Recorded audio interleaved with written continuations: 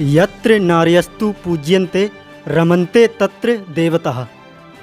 जहाँ नारियों की पूजा होती है वहीं देवता निवास करते हैं। आप देख रहे हैं हमारा खास कार्यक्रम मिलन भेंट।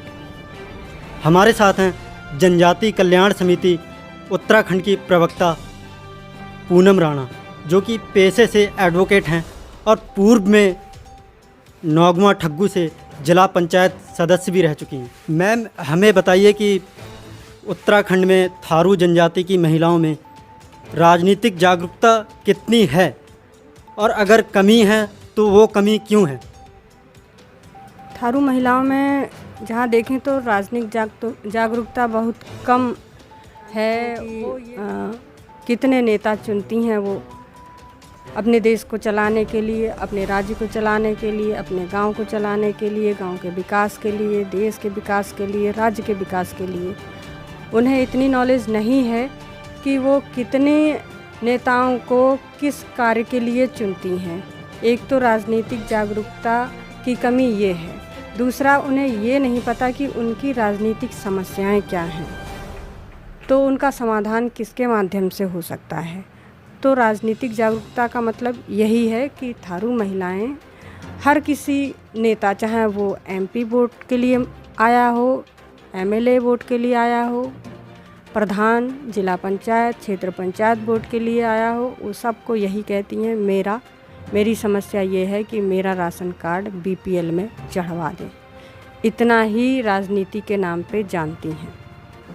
थारू समाज में थारू महिलाओं का पारंपरिक रूप से जो हस्तशिल्प है वो डलिया बनाना है, और आज के समय में महिला सशक्तिकरण को देखते हुए गवर्नमेंट ने काफ़ी हम लोगों का प्रचार प्रसार किया है हस्तशिल्प का।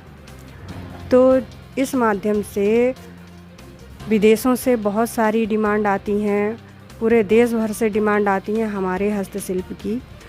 तो मेरा थारू महिलाओं से ये निवेदन है कि ये चौमास का समय है, इस समय वो घास फूस से जो डलिया बनाती हैं आजकल बहुत मात्रा में उगा हुआ है।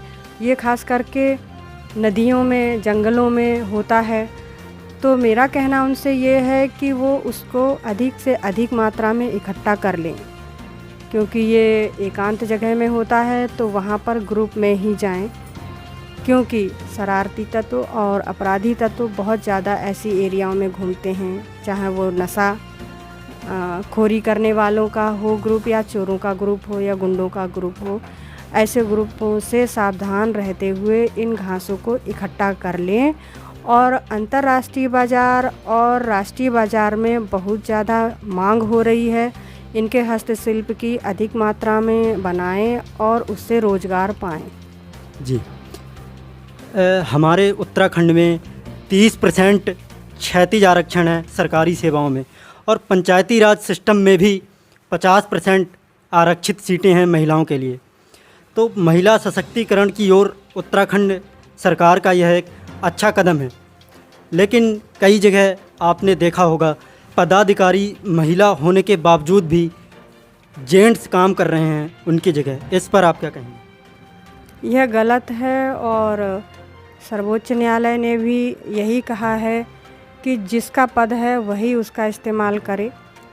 यदि महिला की जगह उसका पुत्र या पति काम करता है तो सीधे जनता उसकी शिकायत कर सकती है और उसको जेल हो सकती है।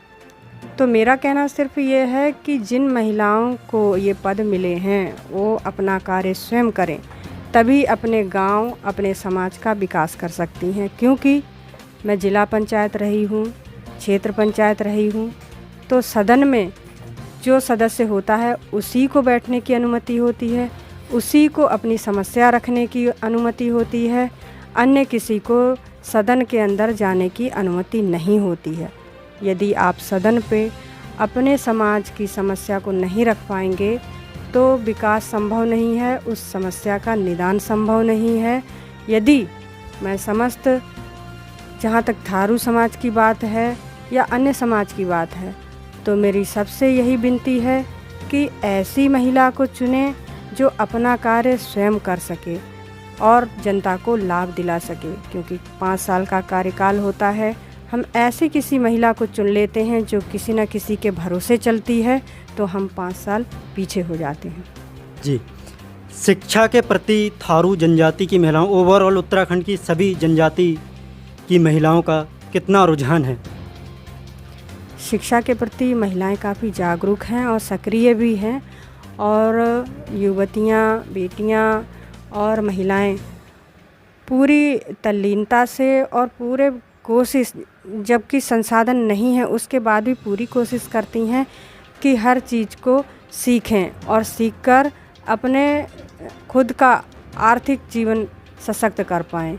ऐसा उनका प्रयास है। तो ये हमारे लिए एक अच्छी उपलब्धि है और अच्छी सोच है कि थारू समाज की महिलाएं शिक्षा के प्रति जागरूक हैं।